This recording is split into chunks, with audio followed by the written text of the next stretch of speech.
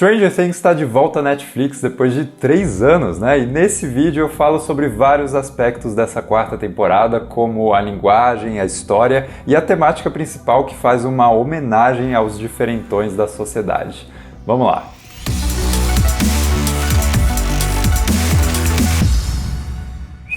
Essa foi uma maratona longa, né? Cara, foram 7 episódios de 1h20 no mínimo cada, e isso pareceria muito mais longo se não fosse o ritmo excelente dessa temporada. E a gente pode atribuir esse ritmo não só ao roteiro, mas a algumas escolhas muito estratégicas de direção que sempre ajudam a manter uma sensação bem dinâmica na narrativa. E eu vou começar por essa parte mais técnica, porque ela não envolve spoilers, e aí mais pra frente eu aviso quando eu for entrar na história. Bom, primeiro eu quero destacar a referência ao estilo Steven Spielberg de filmar. E assim, Stranger Things referenciando Spielberg não é exatamente novidade, mas aqui eu tô falando especificamente da linguagem de câmera. Várias cenas da série são filmadas em plano sequência, com uma movimentação de câmera muito precisa que vai conduzindo os atores na blocagem da cena. E pode reparar que eles nunca terminam esses takes na mesma posição onde começaram. Ou seja, a câmera está o tempo todo buscando novas formas de enquadrar esses personagens e isso contribui demais para o ritmo dinâmico que eu mencionei antes. Além disso, a edição dos episódios usa pra caramba um recurso que eu particularmente adoro, que é o Match Cut. O Match Cut basicamente acontece quando o final de um take casa direitinho com o começo do próximo. E isso pode acontecer tanto visualmente, tematicamente, pelo movimento ou até pelo efeito sonoro. Por exemplo, o som de um carro atravessando a rua pode virar o som de um liquidificador ou alguma coisa assim. Ou então a imagem de uma torta sendo cortada vira uma sopa nojenta de outro personagem no próximo take. A série faz isso o tempo inteiro e assim, eu até entendo que isso pode acabar se tornando uma muleta narrativa, né? Ou até uma coisa muito excessiva para algumas pessoas, mas cara, eu sou editor de vídeo, então eu adoro ver esse tipo de truque sendo bem usado, como é o caso aqui. Outra coisa bacana é como a música é usada para trabalhar a transição entre as cenas. Não só porque a seleção de músicas aqui é maravilhosa, né? Só os sucessos dos anos 80, mas também pela forma como eles brincam com a nossa percepção da origem dos sons. Tipo, uma hora surge uma música como parte da trilha sonora e na cena seguinte a gente percebe que essa música estava sendo ouvida por um dos personagens e que isso vai ter uma importância depois. E a partir de agora fica o aviso de spoilers leves, né, para os detalhes da história que eu vou contar. Não vai ser nada muito revelador, mas você tem o direito de saber. E se você gostou do vídeo até aqui, deixa um like que isso sempre dá aquela ajudinha extra. Essa temporada para mim fala muito de trauma, tanto numa esfera individual, falando dos adolescentes, né, quanto na esfera coletiva, a própria comunidade de Hawkins, depois de tudo que aconteceu na série inteira. E eu sinto que os personagens enxergam 2 caminhos diferentes para lidar com esses traumas. Para alguns existe uma busca pelo pertencimento, né? Eles só encontram alívio e conforto quando estão fazendo parte de um grupo. E aí eu falo principalmente dos personagens principais que se tornam cada vez mais unidos ao longo da história. E de longe a parte mais envolvente disso tudo que eu tô falando é a jornada da Max. Ela perdeu o irmão na temporada passada e esse trauma é usado pelo vilão da vez aqui de um jeito bem sinistro que explora a depressão adolescente e a dificuldade dos outros em entender o que está rolando. What the hell is that supposed to mean? Com isso, a Max passa por um arco muito interessante e muito maduro, inclusive, né, de aceitação da tragédia ou mesmo da morte em si. O que torna ainda mais triunfante o momento onde ela finalmente escapa desse destino, graças à união dos seus amigos e também à música, né? No caso, Running Up That Hill, da Kate Bush, uma música que eu sempre gostei, desde quando eu assistia The O.C., me julguem. E o jeito como essa música entra na história faz a cena ser muito impactante e, assim, sem dúvidas, esse é o meu episódio favorito da temporada.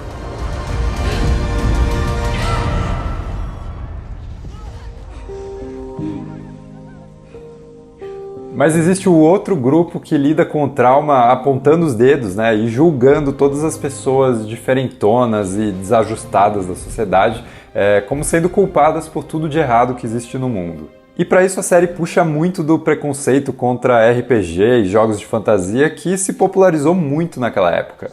Nesse sentido, a figura do Patrick, o líder do time de basquete, faz uma crítica bem pertinente aos líderes carismáticos que, assim, arrastam multidões que talvez não estejam tão afim de pensar por si mesmas.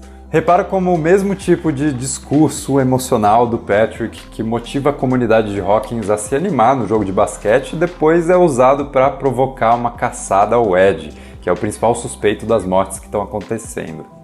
E é justamente a cena do jogo de basquete lá no primeiro episódio da temporada que escancara a hipocrisia dessa ideia preconceituosa, já que ela usa a montagem paralela para mostrar o mesmo nível emocional ali de engajamento nos dois grupos, né? Os jogadores de basquete e a galera jogando RPG.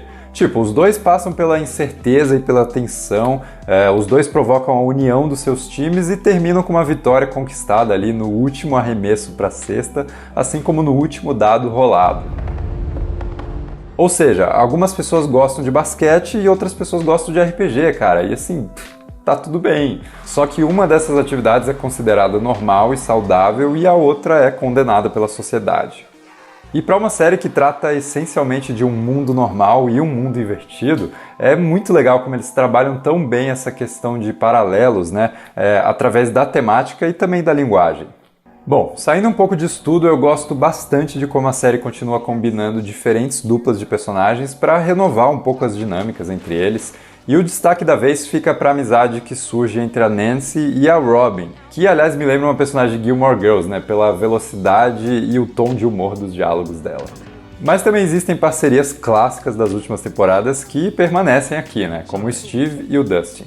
E eu preciso dizer que eu adoro o jeito como o Steve chega em qualquer ambiente e já vai automaticamente procurando algum bastão ou pedaço de pau para usar como arma depois. E o Dustin, cara. Ele é um dos personagens mais carismáticos e os roteiristas acertaram demais em continuar dando mais tempo de tela para ele, e eu particularmente adoro a piada que ele faz sobre o Watergate. Mas nem todos os núcleos atraem o mesmo nível de interesse, né? E eu acho que esse talvez seja um dos pequenos problemas dessa temporada. Por exemplo, a trama toda do Hopper e da Joyce lá na Rússia parece ficar dando voltas meio sem propósito, apesar de ser bem legal ver eles lutando contra um Demogorgon no final. E o estilo de humor desse trecho segue uma parada meio galhofa, assim, que eu não vou negar, me diverte bastante. Já o pessoal na Califórnia, o Mike, o Will, o Jonathan, eles não têm muito o que fazer além de fugir e correr atrás da Eleven, mesmo que eu goste bastante das piadas envolvendo o Argyle e até da participação da Suzy e a casa caótica, meio Peter Pan dela, né? E aí a gente chega na trama da Eleven. Tipo, ela é separada do grupo bem cedo e acaba ficando com a tarefa mais ingrata de explicar todo o backstory do vilão e dos cientistas chatos lá. Eu entendo esse propósito e eu até acho que eles fazem o melhor que eles podem com isso. As cenas são bem dirigidas, mas, sei lá, não vou negar que é um dos trechos que eu acho mais desinteressantes. E eu sinto falta de ver a Eleven interagindo com a galera mesmo, né? Já que a maior força de Stranger Things é a união e a química entre esses amigos e entre esses atores também na vida real. Então, sei lá, senti falta. Ainda assim, eu acho que a série faz um trabalho muito bom em camuflar esses pequenos problemas com todos esses recursos de direção e de história que eu mencionei, e também por conta de uma decisão que eu acho muito acertada. Stranger Things pode ser visto como um tipo de Harry Potter dessa geração, né? A gente está vendo os atores crescerem e grande parte do público também está crescendo junto com eles, seguindo mais ou menos a mesma idade. E aí, pensando nisso, as temporadas obviamente vão amadurecendo também, e essa aqui acaba puxando um pouco mais pro terror do que as outras. Inclusive, o vilão é um misto de Fred Krueger com o recém-nascido Alien do quarto filme, e mantendo a tradição de usar o nome do RPG que eles estavam jogando para batizar o monstro. Vecna. E seria tentador adotar um tom cada vez mais sério e mais dramático, né? Como foi feito em Harry Potter, e naquele caso eu acho que funcionou muito bem. Mas aqui isso não acontece, a série nunca abandona a proposta inicial, que é essa mistura entre aventura escapista, anos 80, terror, suspense, ficção científica e principalmente diversão. Acima de tudo, essa é pra ser uma série, sei lá, divertida, sabe? Cheia de momentos ali, pipoca e refri, com frases de efeito e aquele carinho gostoso da nostalgia. E tudo isso é entregue muito bem nessa temporada e acaba deixando o caminho pronto para os últimos episódios que voltam agora em julho. Voltando para o que eu falei no começo, é claro que é uma temporada mais longa, né? Tem episódios que esticam algumas coisas que poderiam ser resolvidas mais rápido, mas talvez sem o mesmo efeito. E assim, pra ser sincero, foi tudo tão bem executado que, pelo menos pra mim, passou voando. Muito obrigado por assistir. Se você gostou desse vídeo, deixa um like, se inscreve no canal, comenta embaixo o que você achou dessa primeira parte da 4ª temporada de Stranger Things e eu te vejo no próximo vídeo.